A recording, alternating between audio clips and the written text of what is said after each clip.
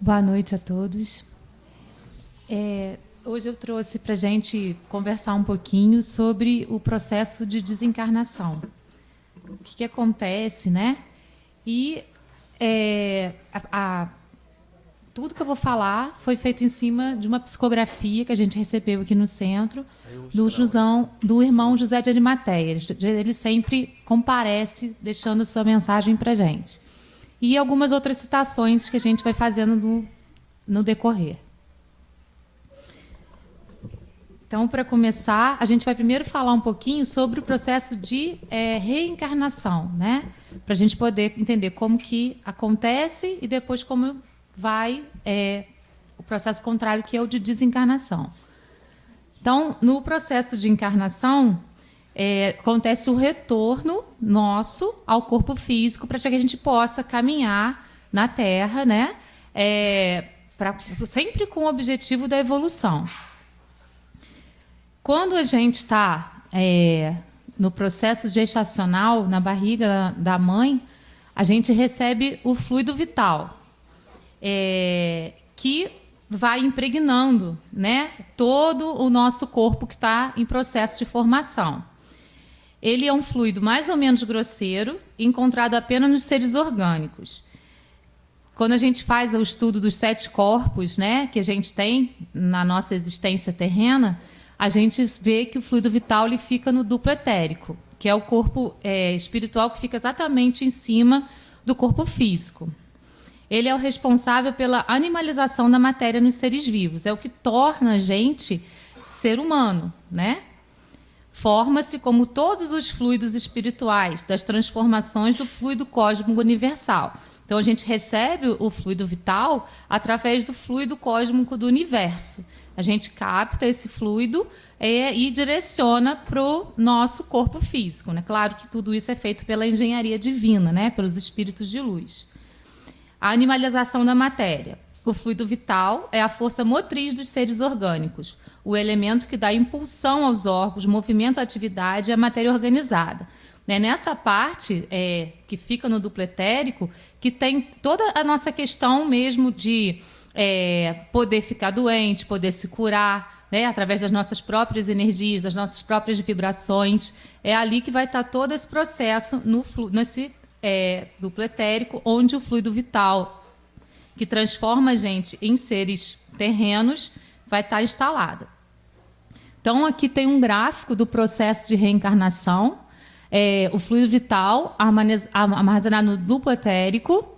Ele, primeiro, a gente, quando está dentro do corpo da mãe, a gente utiliza o fluido vital da mãe enquanto o nosso corpo está em formação. Depois, a gente tem o nosso próprio fluido e acontece a reencarnação. Aí o espírito, né, vai estar lá junto nos nossos corpos, junto com o corpo espiritual. E a gente, então, reencarna a partir do momento do nascimento, né?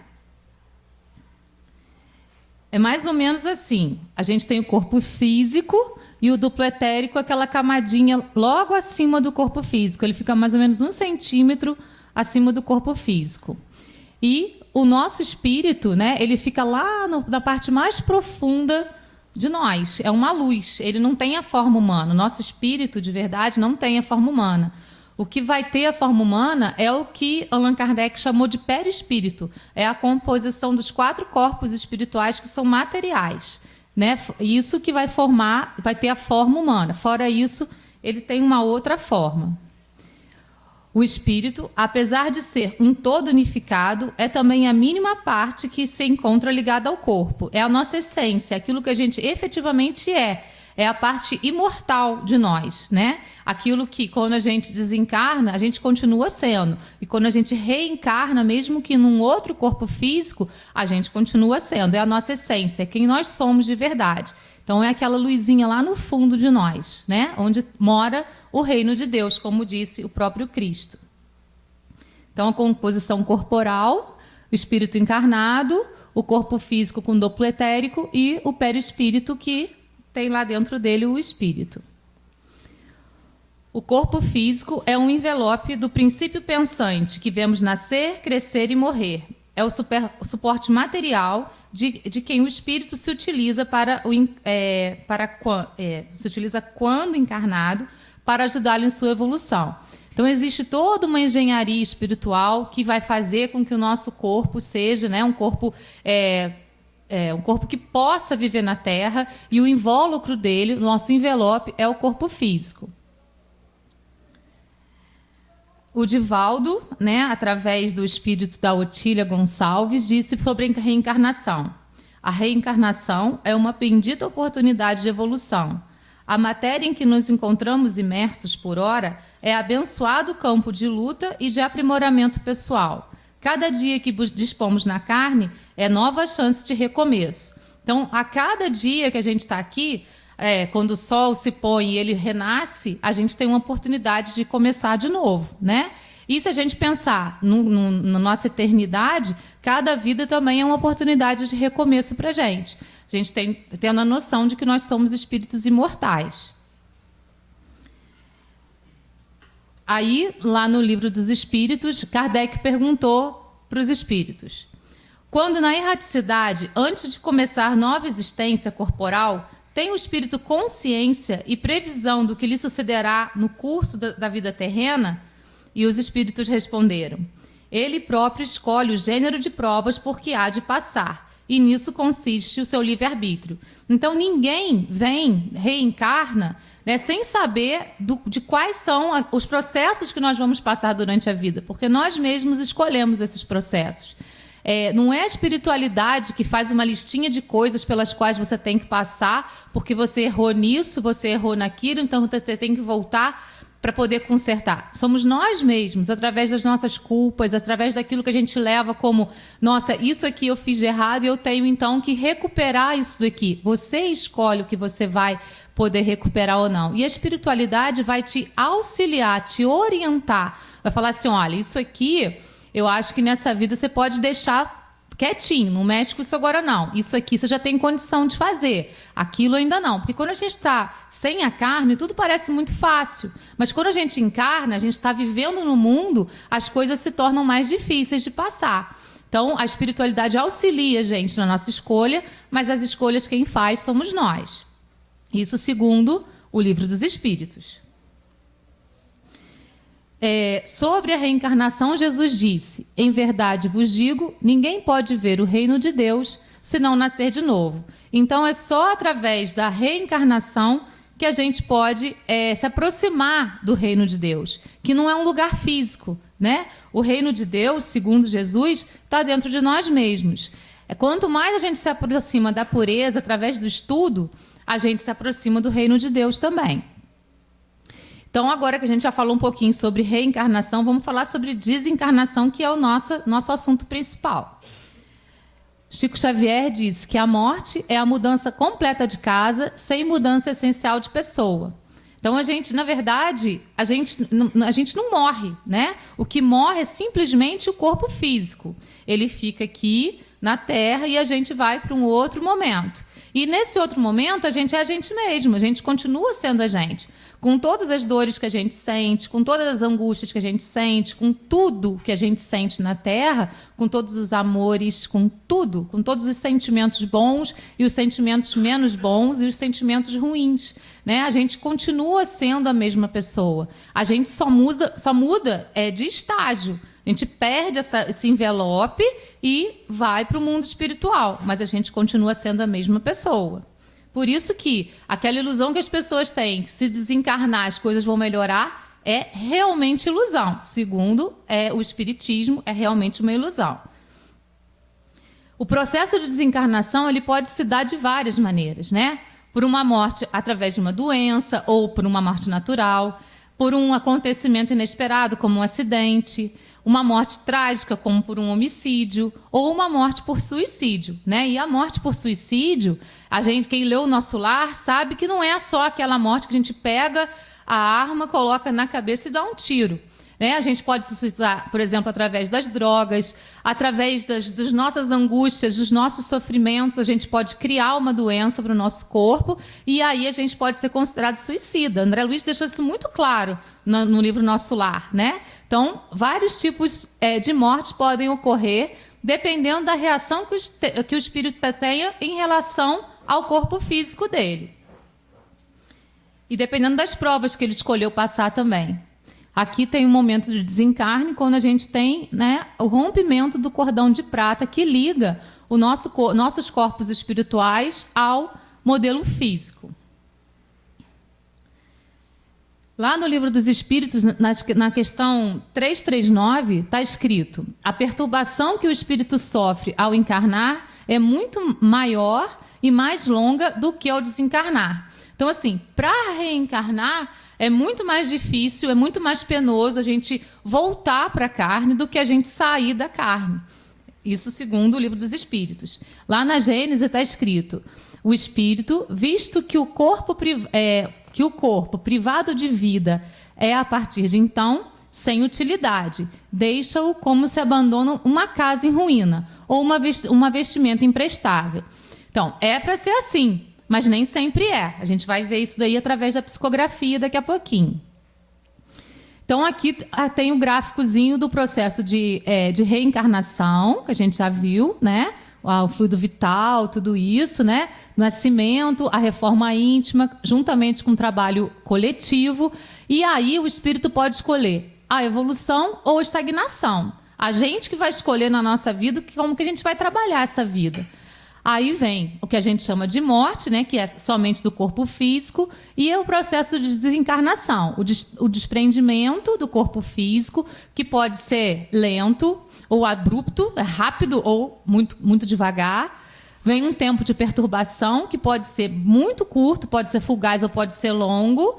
Isso vai depender do nosso preparo espiritual. A gente viu lá no nosso lar como que o André Luiz demorou para poder ter a consciência do desencarne. Então, ele passou um longo tempo em processo de perturbação. E o despertar na espiritualidade. Quando a gente consegue ter consciência desse desencarne, aí a gente está pronto para ir para algum lugar, né, alguma colônia que nos acolha. Aí lá no Livro dos Espíritos, Kardec perguntou: que sensação experimenta a alma no momento em que reconhece estar no mundo dos espíritos? Que sensação experimenta a alma no momento em que reconhece estar no mundo dos espíritos? Aí os espíritos responderam: isso depende. Se fizestes o mal com o desejo de fazê-lo, vos envergonhareis de tê-lo feito num primeiro momento. Para o justo é bem diferente. É como o divino de um grande... É como o alívio de um grande peso, porque não teme nenhum olhar indagador. Então, assim, o momento de desencarne, a reação que a gente vai ter, vai depender das nossas atitudes e das culpas que a gente acumulou ou não, né? Porque se a gente tiver consciência que nós somos espíritos em processo de evolução e por isso a gente está no momento de aprendizado o tempo inteiro, todos os nossos momentos são de aprendizado, e que se a gente erra, faz parte do nosso processo de aprendizado e a gente não se culpar por esses erros, a gente vai ter uma relação melhor com o desencarne e com toda a nossa vida. Agora, se a gente começar a acumular muitas culpas, e a gente começar a se atrapalhar no meio dessas culpas e fazer coisas erradas, às vezes propositalmente, por achar que o outro é culpado, que você é culpado, aí você vai ter motivos de se envergonhar quando desencarnar. Então, tudo vai depender das nossas escolhas durante a nossa vida, do nosso processo de vida. Vida encarnada, né? Ali tem uma passagenzinha da Bíblia, de Coríntios, que diz assim: se a nossa esperança em Cristo se limita apenas a esta vida, somos os mais infelizes de todos os homens. Então, isso é bíblico, né? Está na Bíblia que a gente não tem uma vida só. Muitas pessoas não gostam nem de saber que tem isso daí, mas está lá escrito. E agora a gente vai ver, de acordo com o irmão José de Arimateia, que é esse irmão que vem trazer as psicografias, as mensagens para a gente, sobre o processo de encarnação, o que ele fala. E a gente vai ver alguns casozinhos que ele conta para a gente, né? Como que os espíritos reagem durante a desencarnação. Ele diz: alguns espíritos ficam à mercê do corpo físico, ficam ali, junto ao corpo, que é comido pelos vermes, e sofre e grita, e não se conforma, até entender que o desenlace já aconteceu. O tempo em que ficam nesse estágio depende da disponibilidade que tem para a compreensão, aceitação e tomada de consciência sobre o fato. Então, assim, tem muitos espíritos que ficam lá no cemitério mesmo, né? Do lado do corpo, não entendendo o que está acontecendo, agarrado ao corpo físico, vendo as coisas acontecerem e entram em desespero. E qual que é o tempo que demora isso? Depende de cada espírito, não tem um tempo determinado. Ele mesmo é que vai fazer essa escolha de compreender ou não o processo pelo qual ele está passando. E ele fica estagnado, cultuando o que não mais existe e perdendo tempo de vida que pode ser aproveitado a cada minuto. Perdendo tempo de vida, porque o desencarne não significa morte, porque o espírito é imortal. Então, a partir do momento que ele escolhe ficar ali no cemitério, olhando para si mesmo, que não é mais si mesmo, né? O corpo que já não pertence mais a ele, ele está perdendo tempo de vida. Né? Tudo que a gente fica estagnado e parado, seja encarnado ou desencarnado, a gente está perdendo tempo de evolução e de vida. Chico Xavier falou assim: se o momento é de crise, não te perturbes, segue, serve e ora, esperando que suceda o melhor. Queixas, gritos e mágoas são golpes em ti mesmo. Silencia e abençoa. A verdade tem voz. Então, isso serve para nós e serve para esse momento em que o espírito fica lá do lado do corpo, né? Sem entender muito bem o que está acontecendo. Não adianta gritar, não adianta espernear. O que a gente tem que procurar fazer, o que a gente pode escolher procurar fazer, é compreender o processo, ter aceitação desse processo e consciência, para a partir disso transmutar todas aquelas ideias erradas e ficar com as ideias mais corretas. São escolhas que a gente vai fazendo na vida. Outra possibilidade, né, do espírito desencarnar, e o que pode acontecer, é os espíritos irem ao próprio enterro e procurarem falar com os entes queridos, buscando mostrar que eles estão ali. Eles não aceitarem muito bem o que está acontecendo, né? Então, eles vão ao próprio enterro, ficam ali olhando para o corpo, nem reconhecem o corpo como deles mesmos, tentam falar com as pessoas não o reconhecem e geram desespero neles. E aí tem o depoimento de um livro que foi bem interessante, né? Eu sou professora de português e de literatura e psicografaram um livro que Machado de Assis falou sobre o momento de desenlace dele. O livro chama Memórias Póstumas de Machado de Assis. É bem sugestivo por conta da obra que ele deixou escrita, Memórias Póstumas de Brás Cubas, né? E ele conta todo esse processo dele, porque ele era cético, ele não acreditava em vida depois da morte, ele achava que morreu, acabou. Então ele conta que ele foi ao enterro, que ele ficou lá, que ele reconheceu aquela pessoa no caixão, mas parecia que era um parente, mas ele não sabia quem era. Aí quando um amigo dele foi fazer um discurso falando Machado morreu, ele disse, não, eu estou aqui, isso é uma calúnia. E ele não conseguia entender. E ele ficou perdido durante muito tempo até entender que aquilo tinha realmente acontecido. Ele voltava para casa, o servo dele não estava mais lá, ele procurava os óculos, não achava, ele ia no oculista e, enfim, ele fazia todas as coisas e as pessoas não o viam. E ele foi entrando num processo de desespero. É bem interessante essa obra para a gente entender o que acontece nesses casos. Outra possibilidade, quando a gente desencarna, é de ficar, né, lá nas zonas de sofrimento, nos campos de sofrimento. Porque a gente, muitas vezes, os espíritos desencarnados, eles não se acham merecedores do perdão, ou porque creem, porque acham que não tem mais nada depois da morte, né? Tem algumas possibilidades para você chegar até lá.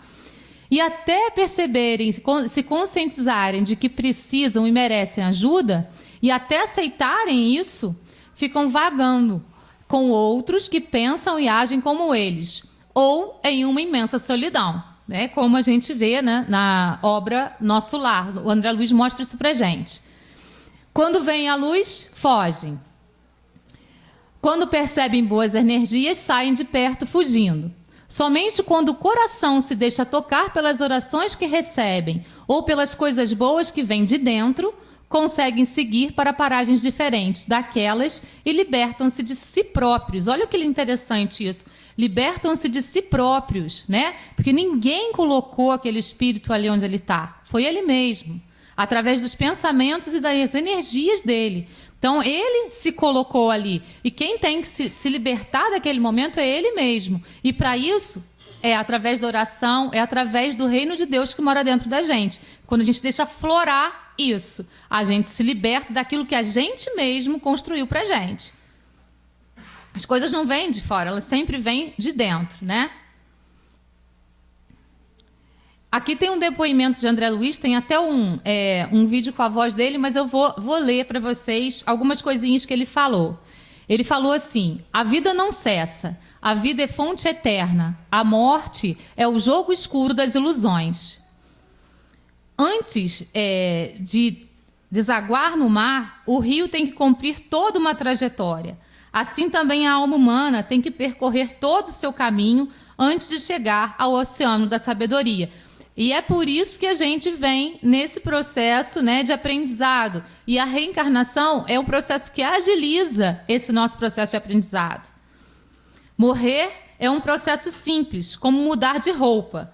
Mas mudar de roupa não resolve os problemas fundamentais do ser humano. Então não adianta só a gente tirar aquela veste, isso não vai resolver, certo? Aí ele diz assim: uma existência é um ato. Um corpo, uma veste. Um século, um dia. Um serviço, uma experiência.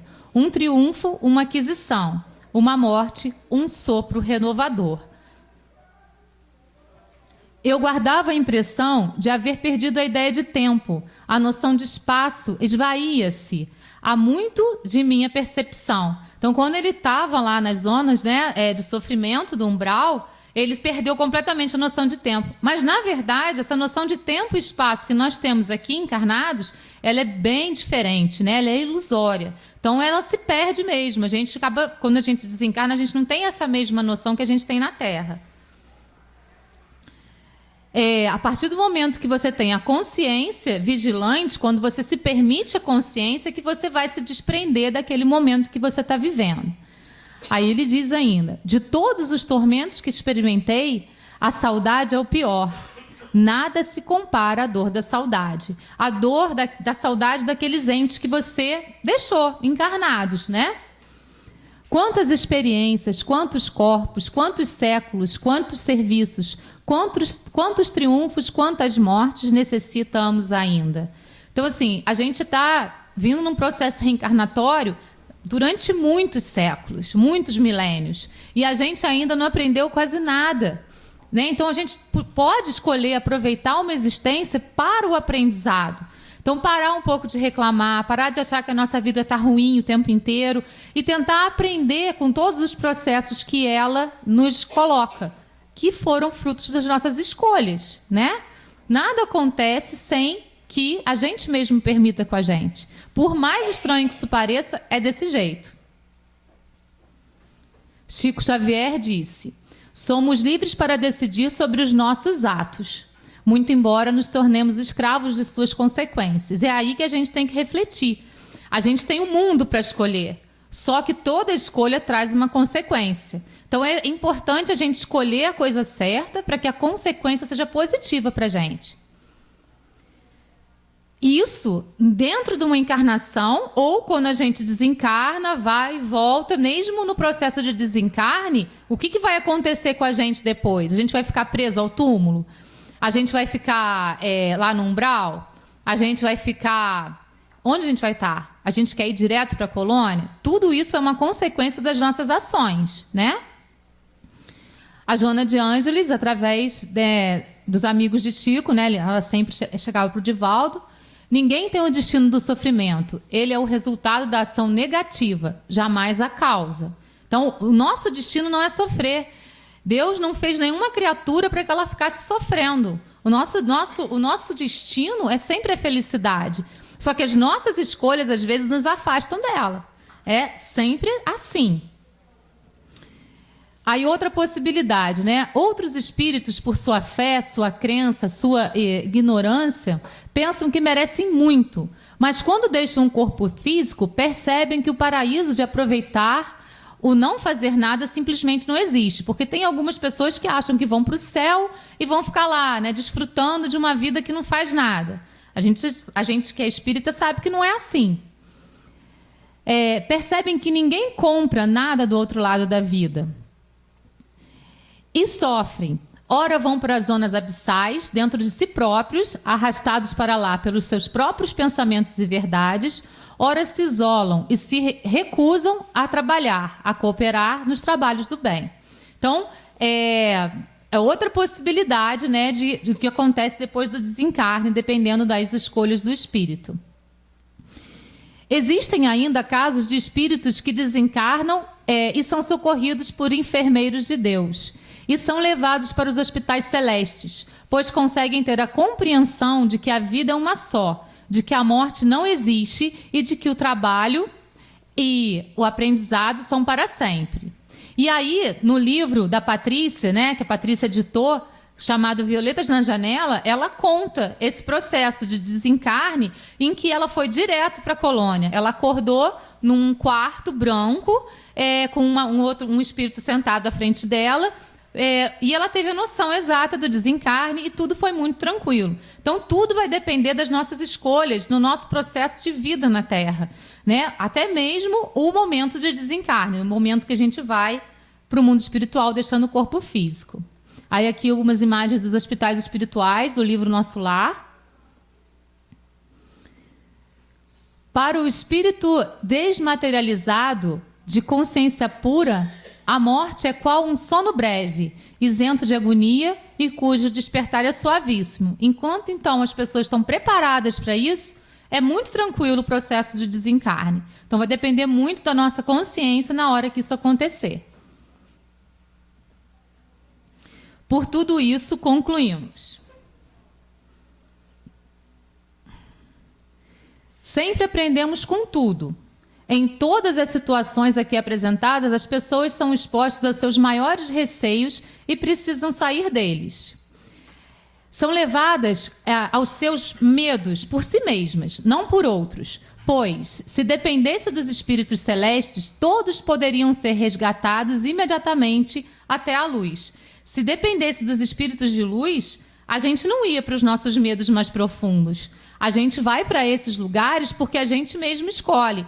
A maioria das pessoas tem medo de morrer. E elas acreditam que quando elas morrerem, elas vão para lugares estranhos, né? Vão ficar jogadas em algum lugar, vão ficar presas em algum lugar, vão ter que fugir de alguma coisa. Então, a gente vai, depois do desencarne, para onde estão os nossos medos. Então, o medo é algo que a gente tem que tentar transpassar, né? E não ter mais.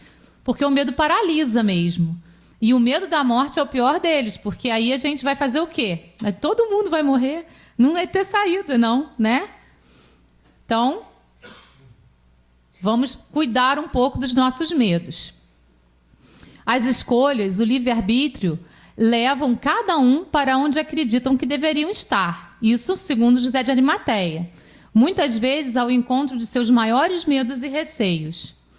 Por isso, por mais estranho que pareça, faz parte da escolha de cada qual, né? Então, as nossas escolhas nos levam aos lugares que a gente está hoje e vão levar a gente para os lugares que a gente vai estar no amanhã. Aí eu trouxe eu vou precisar do som. Eu trouxe um videozinho, um pedacinho do Nosso Lar, pequenininho mesmo, para mostrar o poder da oração. Como a pessoa no umbral, né? Na hora do desespero, quando não tinha mais forças, por favor, alguém me escute. Todas as esperanças pareciam terminadas. Eu fiz a única coisa que me restava. Piedade.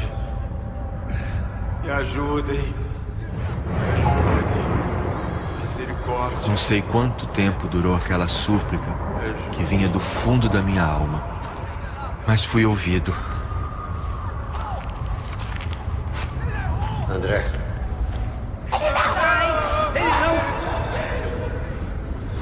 Deus, me ajude.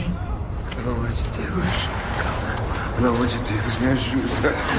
Me ajuda. Me tira daqui, me ajuda. Me ajuda.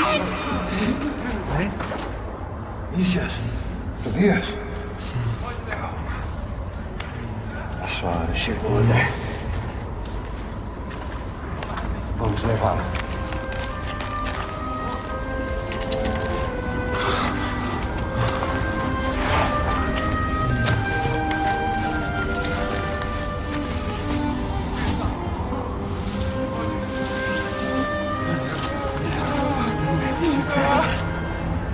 Vamos alcançar a cidade sem demora. Vamos? Isso.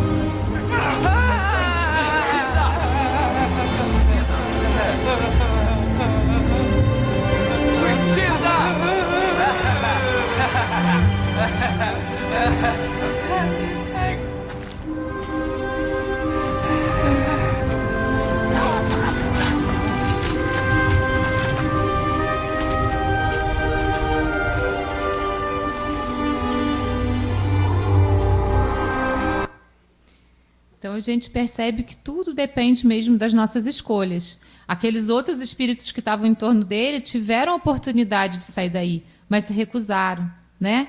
E ele ficou tanto tempo ali, ele não sabe quanto, porque ele perdeu a noção, mas quando de coração ele pediu, a porta se abriu. Então aquilo que fala, né? Bata e a porta se abrirá. É verdade. A gente precisa buscar, né? E todas as respostas sempre estão dentro da gente. E às vezes tem um irmão nosso, que às vezes a gente nem conhece muito bem, que fala alguma coisa para a gente inspirado, né, pelos espíritos de luz para dar essa resposta para a gente. Então a gente pode escolher estar mais atento para o mundo, para as coisas que nos rodeiam. Tudo são escolhas. Se acredita em Deus e compreende os caminhos que se deve trilhar, se a fé for no lado verdadeiro dos ensinamentos do Cristo, não é necessário passar por muita coisa indesejável, que erroneamente e inadvertidamente alguns seres escolhem. Por isso o estudo, o aprendizado, a voz do coração devem ser os guias de todos para encontrarem aquilo que é realmente importante. A verdadeira essência, o verdadeiro eu que está dentro de cada ser e precisa somente ter espaço para desvendar-se. Tudo está dentro da gente, né? Todas as nossas respostas para as nossas maiores perguntas. E a gente buscando dentro da gente, através do estudo mesmo, do espiritismo, né? Do estudo sobre nós mesmos, da gente poder fazer um pouquinho de meditação para poder olhar para dentro de si e se reconhecer.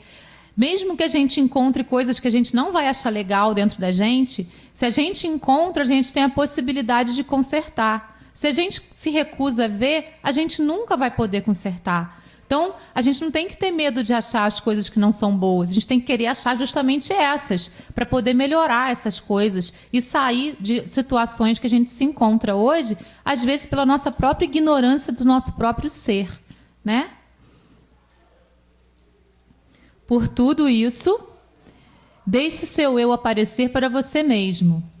Escolha se conhecer profundamente, entendendo as limitações e reconhecendo as capacidades particulares que cada um traz dentro de si mesmo, sem deixar com que o ego fale mais alto do que o eu. Né? A gente muitas vezes fala assim, eu vim aqui na Terra para o meu aprimoramento pessoal, para que eu possa evoluir enquanto pessoa. Isso não é egoísmo, se você sabe que isso é alguma coisa que vai ajudar o todo. Porque se você se aprimora, se você melhora, você vai ser melhor para você mesmo e automaticamente você vai ser melhor para todas as pessoas que te rodeiam. Isso não é egoísmo. Agora, quando a pessoa acha que tem que fazer tudo para si mesma somente, aí sim. Então, a gente tem que fazer essa distinção entre o que é ego e o que é eu. Né? O melhoramento do eu é super importante. Antes de eu poder amar alguém, eu tenho que amar a mim mesmo. Jesus já disse, amar é o próximo como a ti mesmo. A gente esquece da última parte, como a ti mesmo. Se você não se ama o suficiente, você não tem amor para dar.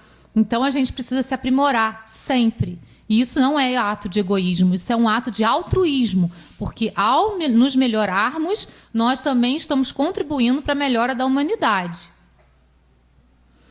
O eu é próximo do amor verdadeiro e universal que o Cristo pregou. O ego é individualista, valoriza somente a si próprio e não é capaz de amar nem a si mesmo, quiçá o outro. Porque quando a pessoa é muito egoísta, ela acaba não se amando de verdade. né? Ela ama um personagem que ela criou para representar a si próprio e não a si mesmo. Porque quando a gente se ama de verdade, a gente consegue ver o que a gente tem também que não é muito bacana, para poder melhorar. A permissão para o eu se mostrar só pode ser dada por cada um para dentro de si mesmo. O amor brota dessa permissão. A luz e a paz do Cristo estabelecem-se então. Permita-se e encontrará o amor e a felicidade. A paz e a luz reinam na vida de cada um. Alguns possíveis questionamentos sobre tudo isso que a gente colocou aqui. Depois que tomamos consciência do desencarne, lembramos de tudo que nos aconteceu? Tudo depende do nosso grau de entendimento, de compreensão sobre os processos da vida. Se nós não estivermos preparados para lembrar, nós não vamos lembrar. Se nós estivermos, a gente vai lembrar até aquilo em que a gente está. Depende do nosso grau de compreensão sobre a vida. Depende também do nosso nível de consciência para lidar com as coisas pretéritas, com as coisas do passado. Porque muitas vezes a pessoa saber que matou alguém, ela vai se culpar mais ainda. Então o esquecimento para ela é melhor, né? Se o entendimento, mais compreensão e mais consciência forem altos, então sim, a gente tem condições de lembrar. Se for baixo, não, a gente não tem condição de lembrar. Como deve ser nossa reação diante da desencarnação em relação àqueles que amamos? Aí a Zíbia Gastavrito fala para a gente assim, ó: a morte não é o fim, a separação é temporária. Deixe-o seguir adiante e permita-se viver em paz. Cada um tem o seu tempo, né? A gente está aqui na Terra para alguma coisa, para algum tempo estabelecido. Quando a pessoa foi, é merecimento. Ela está desencarnando, vai estudar mais um pouquinho para depois poder voltar e começar tudo de novo, né? Chico Xavier falou para a gente: a morte é um grande mistério. Tanta dor na despedida, mas quem morre perde o corpo, nunca perde a luz da vida. Aí aqui tem mais um videozinho que fala sobre nosso lar, né? Que é uma das colônias que existem aí em torno da Terra.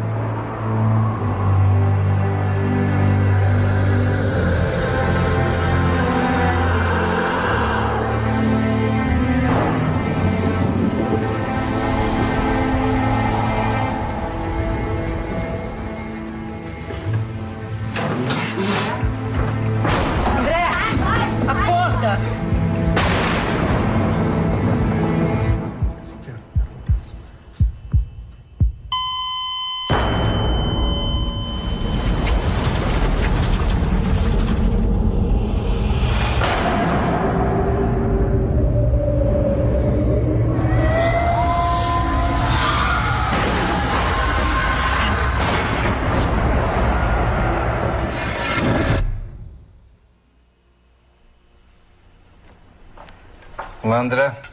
Como está? Que lugar é esse? Quem são vocês? O que aconteceu aqui comigo? Todas as suas perguntas vão ser respondidas no tempo devido.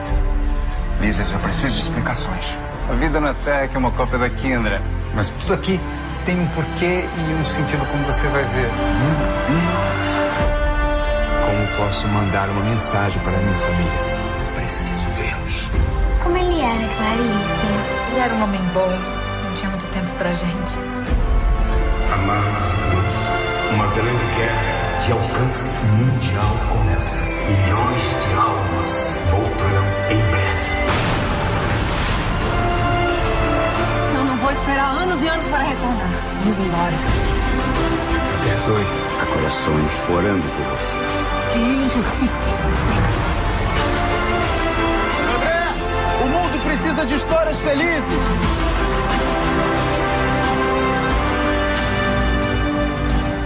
Um dia você vai entender. É sempre tempo de recomeçar. Alguma vez você imaginou vida depois da vida?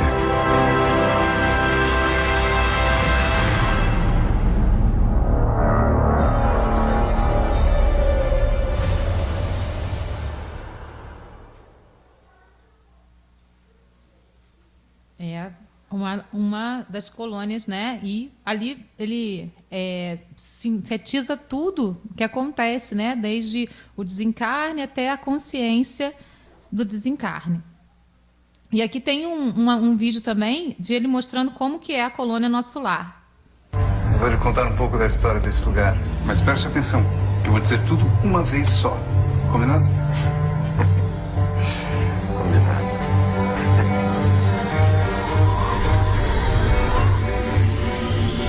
Esse aqui em frente é o Ministério da Elevação. Nosso lar foi construído no século XVI. Tudo aqui tem um porquê e um sentido, como você vai ver. Ali temos a União Divina, que trata dos assuntos das esferas superiores, junto com o Palácio da Governadoria. Esses são os prédios do esclarecimento e comunicação, que cuidam de pesquisas e mensagens para os familiares da Terra, entre outros assuntos. Você está no Ministério da Regeneração, que fica ao lado do Pavilhão da Reencarnação. Que eu devo confessar, não gosto muito. Por quê? Um dia você vai saber.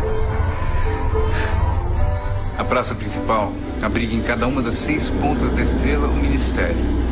Existem 72 ministros na cidade, André.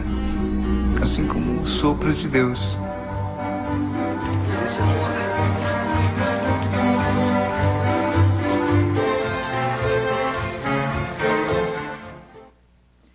Então, a gente tem... Vou lhe contar um pouco da história. De como que é, né? A colônia Nosso Lar. A gente pode escolher ir para esse lugar ou não, né? Isso tudo vai depender das nossas atitudes, das nossas ações durante a nossa vida de encarnado. Alguns textos para a gente refletir um pouquinho. Viva como se fosse morrer amanhã. Aprenda como se fosse viver para sempre. Porque a gente vai viver para sempre, né? Nós somos espíritos imortais. Se quiser amar alguém, ame-o agora. Ame-o, porque ninguém sabe o que vai acontecer no momento que segue. Muitas vezes a gente vai ter que deixar, né? Aquele ator que morreu aí há pouco tempinho aí, né? Semana retrasada, não sei muito bem. Estava tudo bem e ele desencarnou. Nem viu a família. Então, a gente tem que amar, né? Todos os dias, não deixar para amanhã para falar o que a gente precisa falar hoje. Existem tantas maneiras verdadeiras de amar, segundo os ensinamentos de Cristo, valorizando a essência de cada ser. A vida é um momento, um sopro, e a gente só leva daqui o amor que deu e recebeu, a alegria, o carinho e mais nada. Ter alguém é uma escolha, permanecer junto é uma decisão que exige compromisso, entrega, honestidade e dedicação. Amor não é enjoar de amar, rostinho bonito envelhece. Maquiagem sai com a água, pele bonita enruga, cabelo lindo fica branco, corpo definido cai, mas caráter fica. Uma maneira altruísta de amar também. E o amor, ele não tem, né, padrões para seguir, certo?